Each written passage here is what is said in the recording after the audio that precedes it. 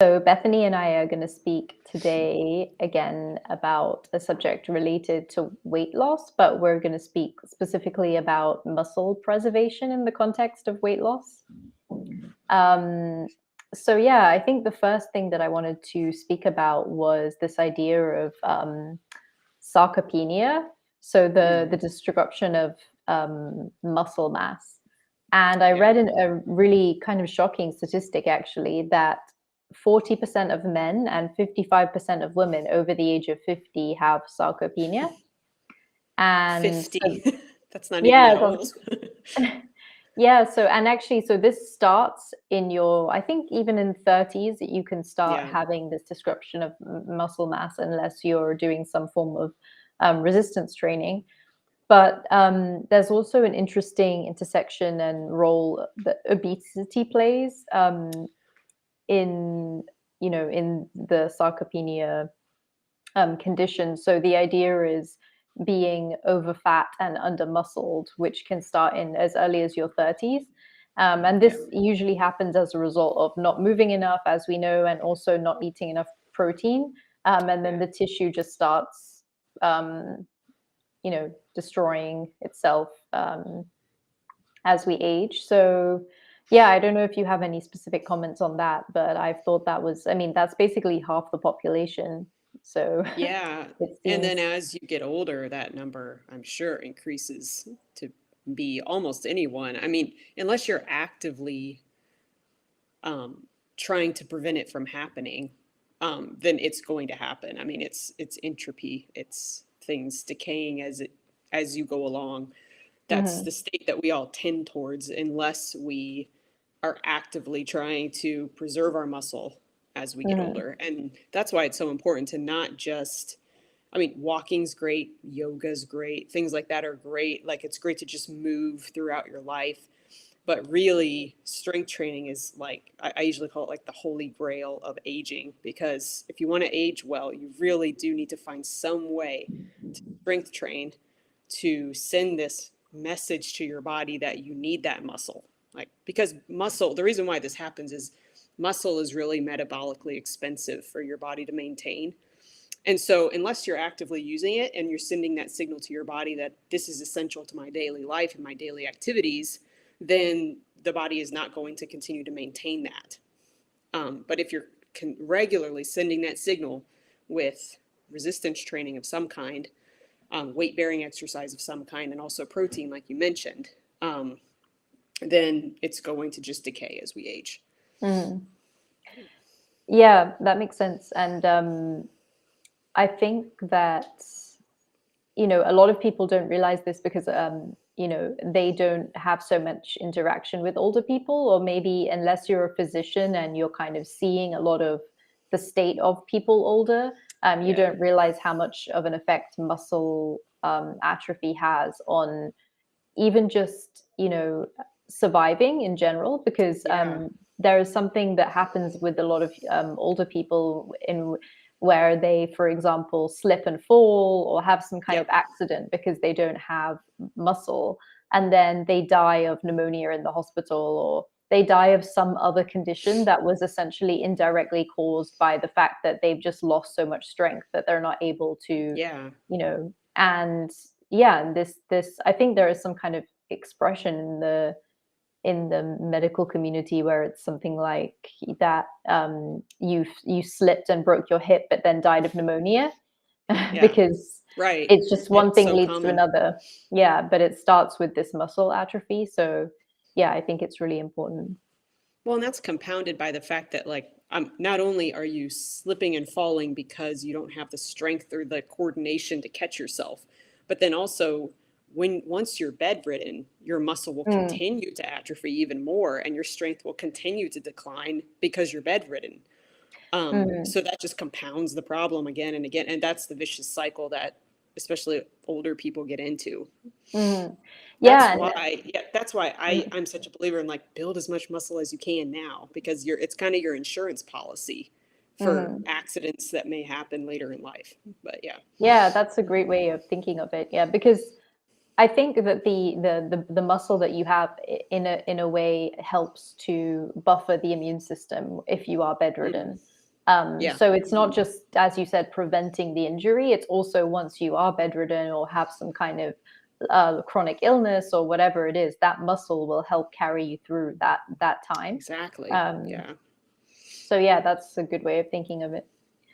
Um, so yeah, I was looking at the RDA recommended dietary allowance for protein, and it's 0.8 grams per kilogram.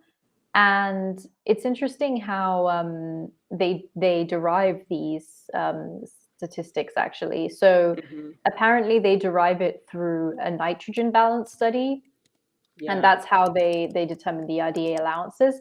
But there are some more efficient ways of deducing the best, the best number for protein using something called the amino acid oxidation technique. And Hmm. when you use that method of determining, protein requirements, you get something more along the lines of 1.2 grams to 1.5 grams per kilo per day as a recommended daily allowance. And yeah, and then that roughly translates to around 30 grams of protein per meal. Yeah. That's like a magic number, kind of. Yeah. Mhm. Mm. Yeah, so I mean, I don't know if we should give people an idea of what that actually looks like. So Mm. something Yeah. like 3 ounces of lean ground beef is 24 Hmm. grams of protein. I think around 100 grams of cheese is around the same amount of protein. Um, uh, Yeah. That sounds about right. Maybe 5 eggs. Yeah, 5 eggs. 5 eggs are around, About I think, just less about than six 10. grams. Yeah, Yeah. about 6 grams per egg of protein Mhm. per egg. Yeah. Like 3 to 4 ounces of lean steak. Mhm. Um, But what this is else per here? meal. That's why Per it's meal. yeah. Yeah. So it's quite challenging because even I mean I don't I haven't measured my protein intakes in quite a while, but I'm pretty sure that I don't hit those on a day-to-day basis, like this amount of protein at every single meal, because it is quite challenging, and you really have to prioritize animal proteins Yeah. almost at every meal, I would say. Some Yep. form of animal protein in order to reach this. Yeah. And I mean, why, out of curiosity, do you think it's hard for you to eat that much in one meal? Is it that your satiety kicks in, or like, or is it a lot of fiber and other things you're eating, or what do you I think? think it's for me that I probably generally don't eat enough because I generally don't even eat 3 meals a day. Like Okay. Yeah. I usually fast in the morning and then have like a big meal at like late morning or early lunch. And then in the evening I'll just have like something small and I'll really focus Hmm. on this like one main meal. Um, Yeah. so even in the case, like for example, if I think today I had like 2 burger patties with sauerkraut, with sprouts, with Mm, avocado, with egg. So it was sounds good. probably, yeah, I'm trying to Depends think on how how big the many. burger patty is and how much fat was Yeah, in it, but you could have yeah. had like maybe 50 grams of protein right there. I Yeah, mean, yeah, that's yeah. true. So that could be, but that's one meal, and then that's like the only protein meal. And then the rest will be like, oh, I'll have some yogurt and fruits, or I'll have Yeah. like this piece of gluten-free bread with almond butter or something. Yeah. So so yeah, it's really important for every single meal to be centering it around protein and really focusing on like if you do have things like strawberries or I don't know, fruits or chocolate, it's good to have it after the protein meal because Yeah. that spikes your insulin a lot less than. Yeah.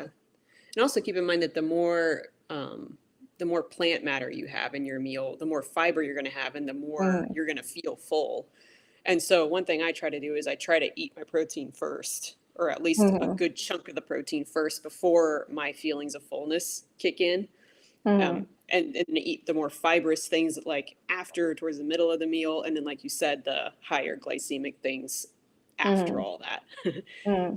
because the protein and But the fiber will slow the mhm, release of the glucose into your bloodstream, making it easier for you to regulate. So there's mhm. a lot of good things about that strategy. But So do you want to yeah, give us like a day in the life of what's a good like breakfast 3 meals of with protein and I pretty much eat, like for me anyway, I pretty much eat the same things every day. I usually have 3 meals a day because, like you said, I feel like there are benefits to intermittent fasting, skipping meals. But for me, I want to prioritize getting a good spike of muscle protein synthesis, like at least 3 times a day. Well, 3 times a day, I think, is a good number to shoot for. And like you mentioned, I feel like it's hard for me to get my daily protein in if I'm just having 1 or 2 meals per Mm, day. So I prioritize having 3 meals a day for that reason. Not that intermittent fasting is wrong. It's just something to keep in mind when you're doing it, that there can be trade-offs there. mm, So um, basically, what I eat is in the morning, I'll usually have like 2 or 3 scrambled eggs, and usually I'll have some ground meat or something like that mixed in with the eggs, maybe some cheese too. So I'm kind of combining protein sources there.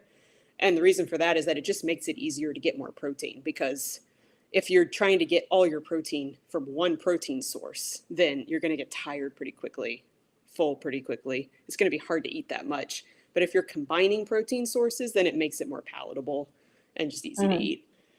Um, and then this is just the protein. I mean, I'll have like fruit or vegetables or something that go along with that for breakfast. Then for lunch, I almost always have a burger patty with a slice of cheese and then some Greek yogurt, sometimes with some protein powder mixed in to kind of boost the flavor, but also the protein content of the yogurt. Um, and then usually for dinner, it's more of a family meal, so I cook something for my family. Um, and we always have some kind of animal protein, like maybe some Mm. steak, maybe a roast, maybe I think I'm making pulled pork tonight Nice. for burrito bowls or something like that. So there's always animal protein that's like the focus of the meal. Great. That's how I do it, but yeah. And do you do any snacks, or do you just do these 3 meals? Not usually, unless it's just like a treat at the end of the day that I want to have. Like, but Mm, I don't need snacks to tide me over between meals, because I feel like, especially the protein content, um, the amount of fat that I eat, my blood sugar regulation is pretty good, and so I'm able to go like 5 6 hours between meals pretty easily. mhm. But Yeah, and this is a good point, actually. I feel like if you can't go 5 or 6 hours without feeling like you're really hungry, that probably means you didn't eat enough protein with the meal. yeah, um, yeah, for sure. because if you have something like cereal or bread or anything that's high carbohydrate without this protein buffer, then it's most likely that you're going to feel hungry, and that's a good indication of that. So you last week we spoke a little bit about the animal protein, Yeah. so animal products. So leucine, we spoke a little bit about. It's important Hmm. because it stimulates mTOR. So that's what basically generates protein synthesis. And Yep. it's quite amazing how much more leucine steak, for example, has compared Yeah. to any of the plant-based proteins. Yeah. And I know we said this last week, but just to reiterate, the superiority of animal protein versus plant protein in terms of amino acids, in terms of bioavailability, in terms of the not having any anti-nutrients and mineral blockers or anything that kind of inhibits Yeah. the uptake of other nutrients. That's definitely the case with all of the plant-based proteins. Right. Yeah, and this is the reason why before I mentioned 30 grams of protein is kind of a magic number to hit in your meal. It's not magic because it's magic. It's magic because that's pretty much the amount of animal protein you need to get that baseline level of leucine. Once you get Hmm. that baseline level of leucine, then it triggers that muscle protein synthesis process in your body. Hmm. So that's why, yeah, that's why the 30 grams. It's almost Hmm. like if you just get like 15 grams of protein a meal, it might be good. The protein is not going to be put to waste. I mean, it'll be used for something in your body, but it's not going to be triggering that muscle protein synthesis, the signal to your body to repair and build muscle. That Hmm. has to come from the leucine signal. Great. Yeah. Mhm. Yeah, this reminds me of, so actually this is on to the next point of something I was reading about called the protein leverage hypothesis. Mm-hmm. So Stephen Simpson, I think he's a professor at the University of Sydney, and basically it's an idea that humans will continue to eat in order for their body to reach a certain protein requirement. Yes. So if you're limiting yourself on animal protein, which a lot of people who are, let's say, vegetarian or vegan will do, what happens is your body will just keep craving to eat more carbohydrates because it's trying to reach a certain number, a certain amount of protein that it Right. requires, and you just have to have so many more calories, which is why it's harder to lose weight and maintain weight, on a vegan or vegetarian diet. And this Right. also, segues into this idea which Dr. Hyder also speaks about, which is, overweight and undernourished. Um, Yes. and this is something that, a lot of people just think, oh, I need to just eat less food overall. And it's not about that. It's about, Right. eating the right food. So maybe you could Yeah. elaborate on that a little bit. Yeah. Have you ever read the book The PE Diet by Ted Naiman? No. Well, it's an awesome book. I would recommend it to anybody, and it's a really fun read because it's full of graphics. Like it's almost like a comic book because it's like it's not just like text, text, text, boring, boring, boring. It's like he's got graphics in there that kind of explain and help you visualize what he's talking about. But Mm. anyway, he pretty much says all the food you eat is divided into either protein or energy. So protein is protein. We've been talking about protein. Those are the building blocks of the body. It's really hard for your body to use protein as energy. Um, the energy in your diet will come from either carbs or fats. And so what he's saying is that your body has a baseline need for protein, which is what you just said. Um, and it also has a baseline need for energy, but there's also a lot of energy stored in your body too. There's a lot of energy stored in your body if you have a lot of body fat. And so the way he recommends to lose weight and the way he kind of, the framework he uses to explain what foods to focus on as you lose weight is that you always prioritize protein and you get some energy in your diet, but as much as possible, you're wanting to prioritize protein and get the energy that your body needs from the fat that's already stored in your body. That's Mm. not to say that you don't have any carbs or fats. It's just that what you're prioritizing every day, every meal is protein. And he makes the same point that once you hit that level of protein that your body needs, your appetite is going to start to regulate because your body has what it needs. It has that protein, it has the building blocks. Because protein is used for so many functions in your body. I mean, it's not just building muscle, it's the foundation of hormones, of all the different structures in your body, neurotransmitters, um, just all the tissues in your body that are constantly being torn down, repaired, rebuilt. The protein is the foundation of all of that. So your body craves that so much to the point that if you don't give your body enough dietary protein, it's going to start breaking down muscle in order to access protein. So protein is essential. And so if you get that right, then it's Mhm. going to be easier to regulate your appetite naturally because that is the ultimate goal. But, Mhm. Yeah, and I think, this is really interesting, and I feel like this could open up, so many topics, because I think that a lot of people misunderstand, discipline and willpower as a key feature of this process, mm-hmm, which is definitely, it's overemphasized. This idea of, oh, we need to, be really disciplined, and we need to just force ourselves and all of this. This is not the case. It's really the case that you can, I mean, it's funny, people like to call it like hacking, like yeah, biohacking and these kind of things.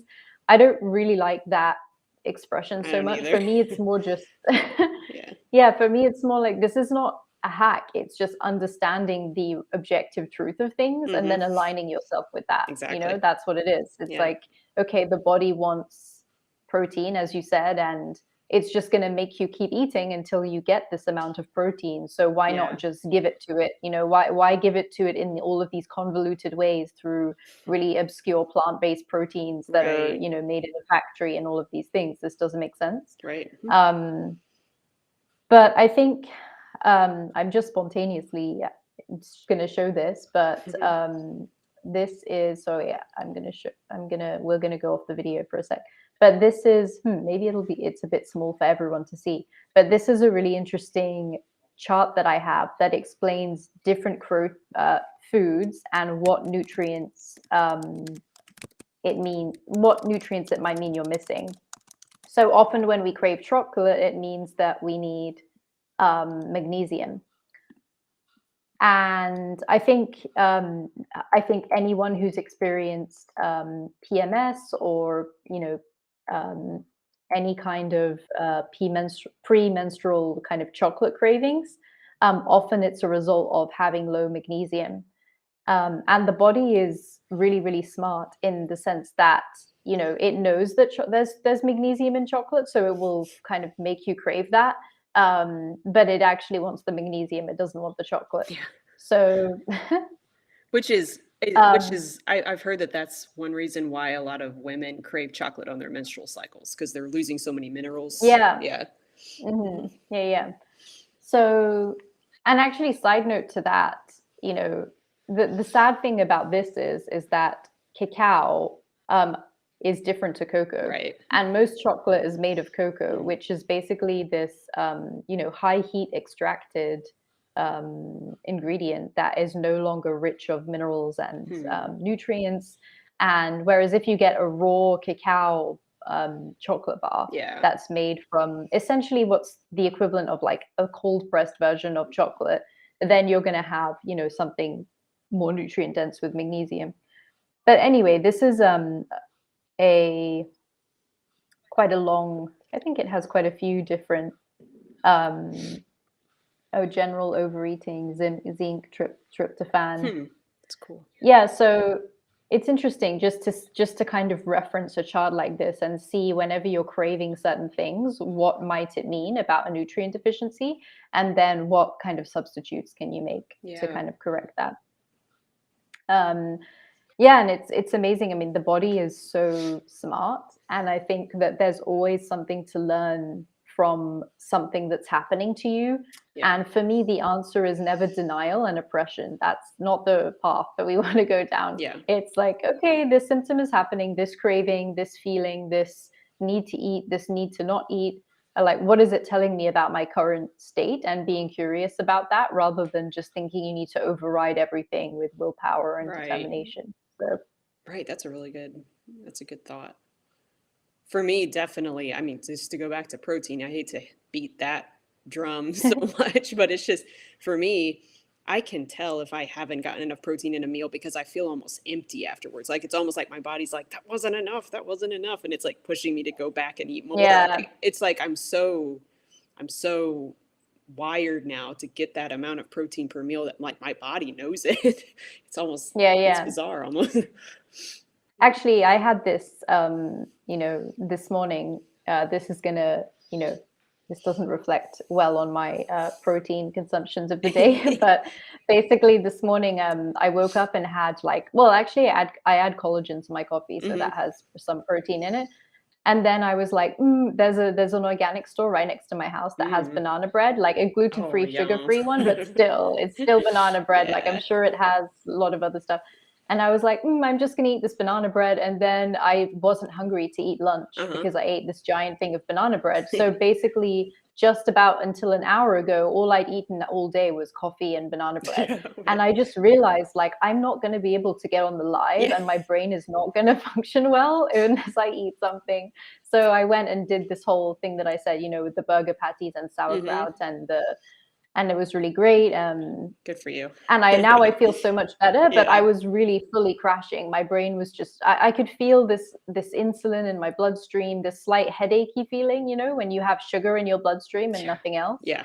And just like coffee on an empty stomach, really the worst. And and now I feel completely normal and fine again. So it is quite sad to think that some people are just on this every day, you know, Yeah, like this thing of coffee on an empty stomach, eating croissants or whatever it is, and then skipping meals, and then you're inevitably in this slightly fatigued, slightly hungover, slightly brain foggy, slightly all of this. Like none of these feelings are normal, and they right. shouldn't be, you know, accepted as our default mode of being. So Well, no wonder then that they start off feeling that way. They never really get uh, like protein dense or nutrient dense foods throughout the day. And so they're having to constantly eat all day long or constantly yeah. caffeinate all day long. And it's Mhm. still like they can't get that energy that they're looking for. Um, Yeah. yeah. But Yeah. Yeah. I don't know if, because I know you've traveled all over the world, but one thing I've noticed is that in Western cultures, it's so accepted to just have basically like empty calories for breakfast. I mean, baked goods of Mm. some kind. Like maybe if you're really healthy, yogurt parfait or something like that. Like that's considered the healthy breakfast option. And then other Yeah. than that, it's cereal, muffins, bagels, really sugary coffee drinks or something like that. That's just Mm. normal. People don't even question that. Of course, this is what you have for breakfast, right? Yeah. Um, but in other cultures, Yeah. it's not always like that. Well, it's interesting because in Europe it is very much like that. Mm, But I think the main difference is, well, like if I think of Italy, for example, like the thing that they do is they have coffee and they have some kind of biscotti or like some small biscuit or something in the hmm. morning. But then they don't eat until dinner again. Oh, wow. So basically, they do intermittent fasting all Would they day, skip lunch? every day. Wow. Interesting. Yeah, yeah, and then they have this 5 course meal, like really big meal Yeah. at lunch. So it's like it's like an aperitif, like some kind of starter, and Hmm. then they have antipasta. Uh-huh. No, yeah, it's called antipasta. So that's before pasta, and then they have pasta, Uh-huh. and then they have a main meal like meat and Wow. vegetables, and then they have dessert. So and that's kind It's of almost like like still an OMAD right everyday there. thing. Yeah. Yeah.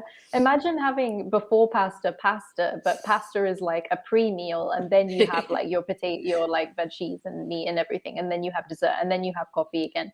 So this is so I'm wondering also, I mean, this is in Italy. In Portugal, it's a bit different, but I wonder if that somehow saves them also, Hmm. because it obviously it's not great to not have any food until dinner. But if you're doing that level of intermittent fasting every single day, you know, it's you're just getting all of your food in this one window of time. I think that maybe saves people from the obesity or Yeah. the, you know, these other conditions that we see like more commonly in the US. I think that's a component of it. And then definitely the aspect of things being relaxed. I mean, in Yeah. Greece, my mom lives in Greece, so I'm Oh, always spending my summer there. And it's lucky. crazy that all of, like, I always laugh about this with Dr. Hyder, like everything shuts from 1 to 6 every day, Wow. like every store. Yeah. So basically, it's you're only working in the morning and that's it.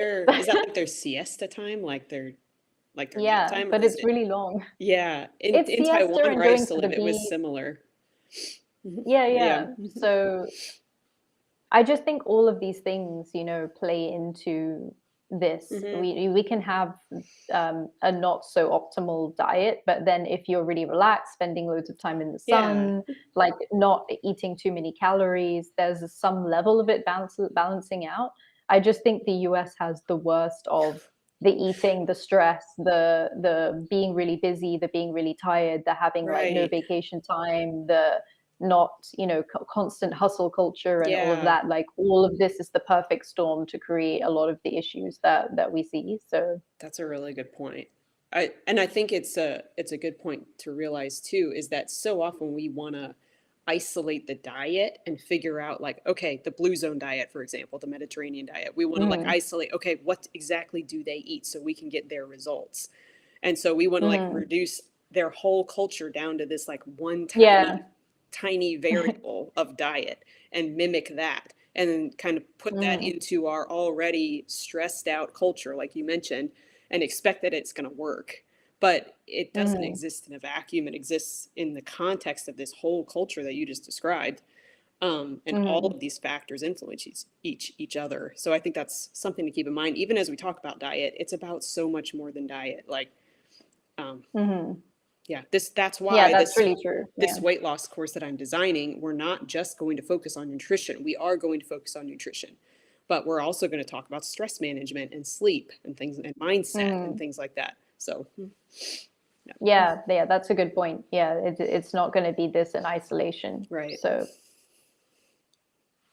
one thing I wanted to talk about was this modern hunter-gatherer tribe called Hadza. That's a, yeah. And yeah, there are interesting studies done on them to show that they do a lot of cardio work because I guess it's like as hunter gatherers, they're basically just constantly moving throughout the day. And what they found out is that they weren't really burning more calories than the average person in Western society. And this is because when you do a lot of cardio, your body gets really good at cardio, which basically means it gets really efficient at Right. burning the same amount of calories.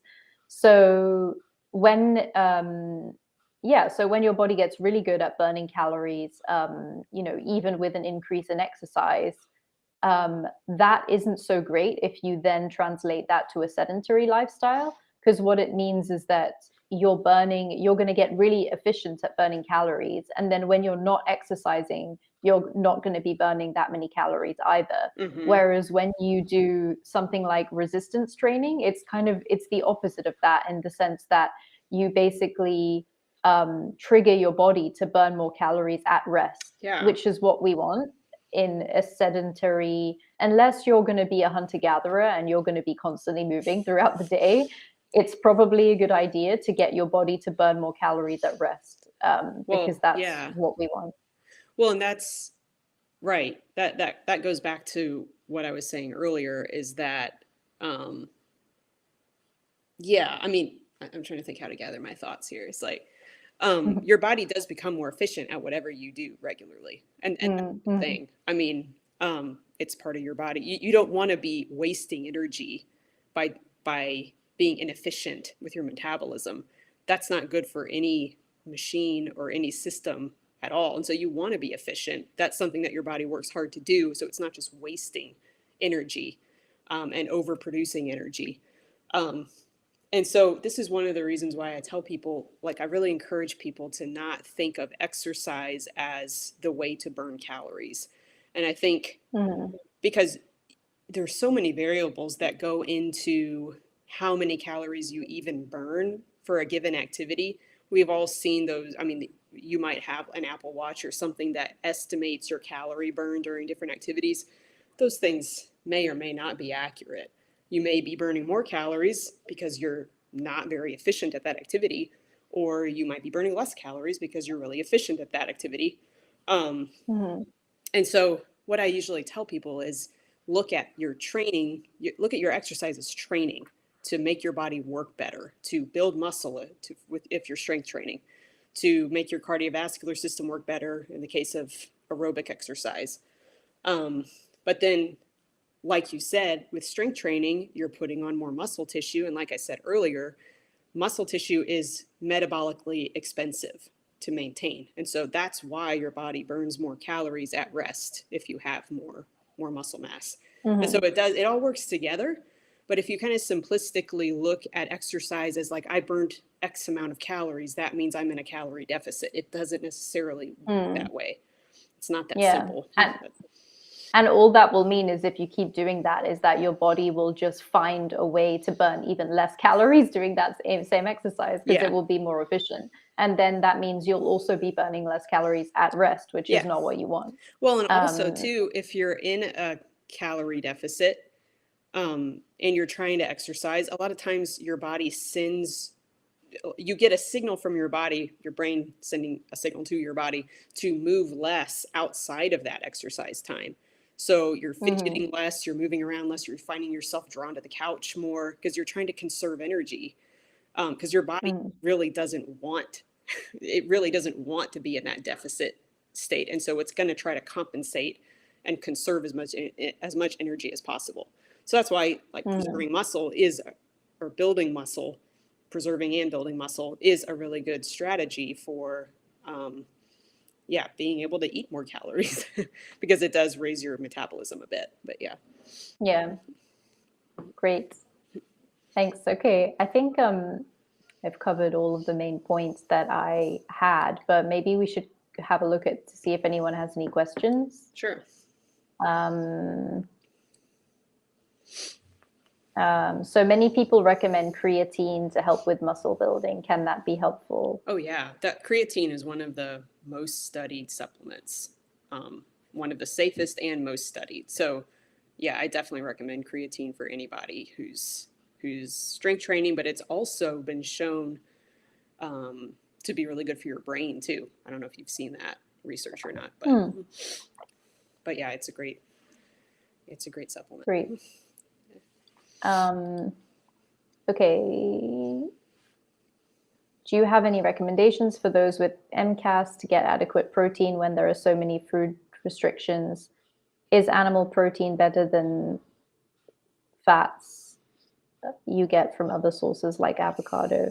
Okay, I think she's asking, is the fat in animal protein better than the fats in other sources?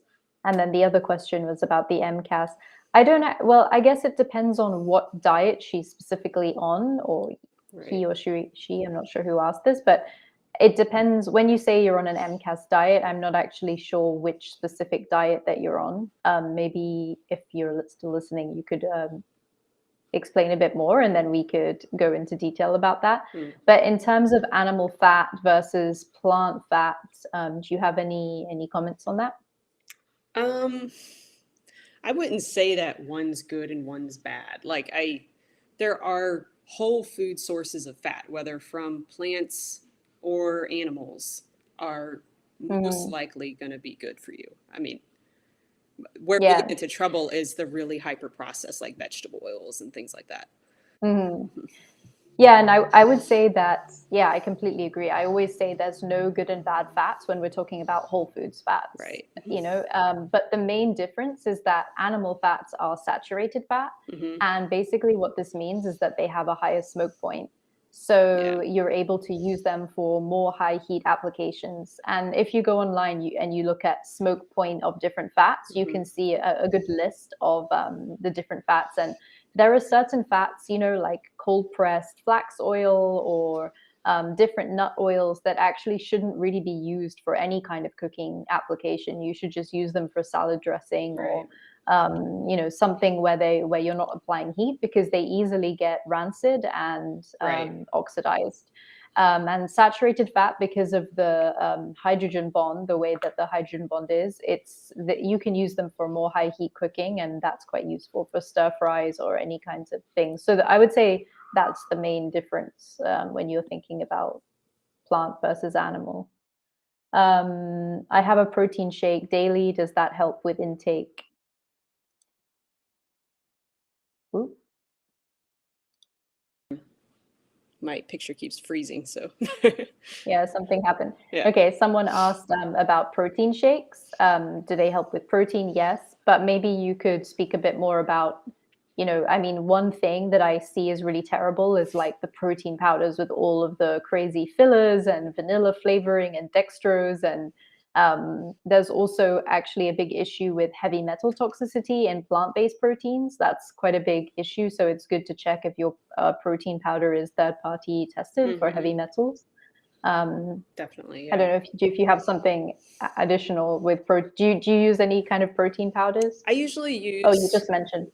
Yeah, I usually use whey protein powder from True Nutrition. They are third-party tested, so I feel pretty comfortable with them. I usually use it before a strength training workout just because it's quick releasing protein. So I want to make sure the amino acids are ready in my bloodstream, ready to be used after the strength or during and after the strength training session to repair and build muscle. And so I use it for that purpose. I wouldn't use it as a meal replacement. Sometimes I do. I did mention that sometimes I'll have some yogurt and just mix a little bit of whey in with it. That's just kind of like a hack, for lack of a better word, like just to kind of boost the protein content of the yogurt because it's pure protein. and I don't really need extra calories at that point. I need extra protein. And so I'm taking some pure protein, adding it to the yogurt, making it taste better, and also boosting the protein content. But I wouldn't use it as a meal replacement. I would, especially when you're Mhm. trying to lose weight, I would chew your food as much as possible because that's going to be the way that you feel the most full.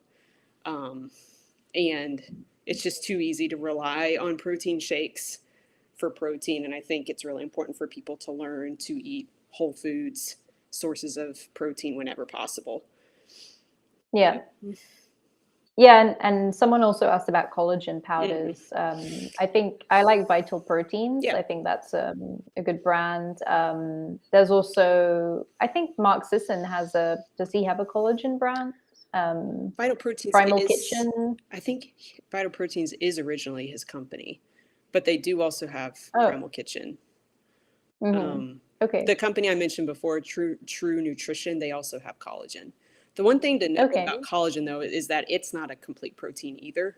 Yeah. And so it shouldn't be your sole source of protein in a meal. It could be, it's nice to put in your coffee. Like I do the same thing. Um, and it gives you a good like diversity of amino acids that you don't necessarily get as much of from muscle meat, but it shouldn't be your sole protein source in a meal. Hmm. Yeah, and collagen has other great benefits for Right. skin and hair and these kind of things. But I was actually reading recently that it can affect your mental health because of Hmm. this lack of complete protein. So it affects because a lot of these amino acids are precursors to neurotransmitters. Right. So when you start messing around with, increasing some without increasing others in an incomplete fashion, that can then affect your neurotransmitter cascade and actually Interesting. affect your mental health in some way. Yeah, so it's Something quite to be aware interesting. of. Yeah. Yeah, so definitely going with whole foods is the way to go. But oh yeah, the other thing about the protein is, as always, focusing on grass-fed, organic, pasture-raised, just for all of the health and environmental reasons. Yeah, when possible. Um, I think that's like yeah, the when the possible. optimal thing. I don't want people to feel like they have to get those things and not to eat protein at all if their budget Yeah, prohibits it because any something is better than nothing. Like get the quality that that's you can true. afford. But yeah. That's true. Yeah. So is keto a good diet to gain more protein? What are the long-term effects of keto? Hmm. So I don't know what your thoughts are about it, but I feel like the common can like the way that keto diets are commonly thought of is very high fat, low to moderate protein, and then of course low carb, Hmm. very low carb. But I as we've discussed, this is really not optimal for preserving muscle. Um, we still do need the baseline level of protein, and so if someone were to go on a keto diet, and I used to be keto before I kind of lost more weight and I started to, my carb tolerance got better, and I've added carbs since. But if you are going to do keto, just make sure that you are getting a good baseline level of protein. Like, still shoot for about 30 grams of protein per meal or so to help preserve Hmm. your muscle mass. Yeah. Yeah, I would say it's kind of questioning, why do people feel like they need to go on the keto diet? I mean, of course, keto is great for epilepsy. That's one, Hmm. that's like the original reason that the keto diet kind of came about. Right. But and it can be good for weight loss and for mental clarity Yeah, for and sure. different things. But I would say in the long term also it's questionable in terms of gut health and in terms of getting all of the fiber and micronutrients that we need for um, optimal functioning. And then the other thing is, there is some kind of question about like adrenal fatigue and HPA axis dysfunction, because keto does demand this high cortisol in order to release glucose from the liver. Hmm. And sometimes if we're already stressed or already in some kind of stressful work or life or tired or whatever situation, you don't want to be forcing your body into a more of a high cortisol state through your diet as well. Yeah. So those are kind of the main, I would say, contraindications of keto. And I mean, some people also say, I mean, I have a nutrition mentor who would say like hard no for keto in anyone in their reproductive years, just because of this, this stress, Yeah. this component. And, sometimes this keto can trigger like hypothalamic amenorrhea, like loss of menstrual cycle and these kind of things, if you lose fat too quickly. And there are different considerations for Yeah. that. I think it's important if you are going to do Um, keto to make sure you're paying attention, read up on electrolytes, and make sure that you're getting enough electrolytes, especially at the beginning when you're transitioning. mm, I'm wondering, I personally wonder if a lot of the perception that keto diets are really stressful, if it's just because people aren't paying attention to electrolytes, because keto keto does raise your requirement for electrolytes. It flushes out more sodium and potassium from your system. And so if you're not like really careful about getting enough sodium and mhm, potassium, especially sodium, then you're going to feel terrible. It's the mhm. keto flu thing. But yeah, I do Yeah. wonder if people had their electrolytes dialed in more, if that would kind of take care of some of those issues. But I don't know. Mhm. Yeah. It could be, and there's probably also an epigenetic component to it, because Mhm. we're not all designed to eat the same type of diet. And that's how, even when you do something like continuous blood sugar monitoring, you notice that the same foods trigger people really differently. Yeah. So we all react differently to different diets, and even what works for a while doesn't work forever. I Mhm. have actually someone on my group coaching program who's been doing keto for about a year now, and all of his inflammatory markers got better. He no longer was pre-diabetic, and then after a year he started to get worse Yeah. again. Mhm. So See that a yeah, lot so too. this is really interesting. It's like this works, and then we think that, oh, this is the panacea, I'm just going to cling on to this, Yeah. and then it kind of stops working after a while. So we just need to readjust. Yeah. um Totally agree. Great. I think this is all the I did see the questions. person who was asking about how to The get adequate MCAS. protein intake when there are so many Oh, food restrictions. They said they're on a low histamine diet. I think that's the same person.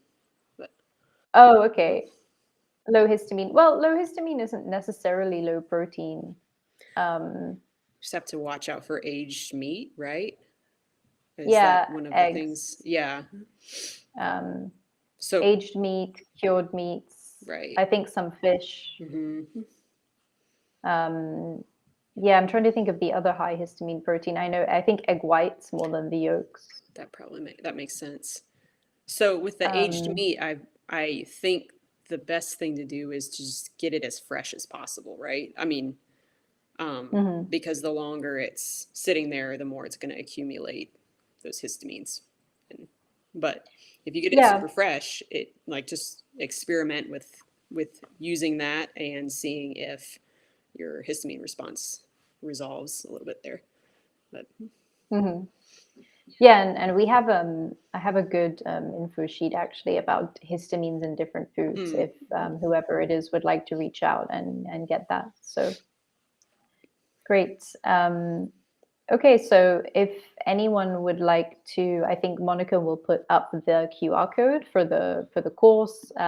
If anyone is interested in scanning it and seeing what the different health coaching offerings are. And yeah, thanks a lot for listening. And we'll be back again hopefully next week. mhm. It's nice to do these lives together rather than one of us just speaking. Yeah. So Get really tired of hearing the sound of my own voice after a while. yeah, it's much nicer to be a dialogue. Yeah. So thanks everyone, and see you soon. And thanks, Bethany. Thank you. It was good to talk to you. Okay, Bye. bye. Mhm.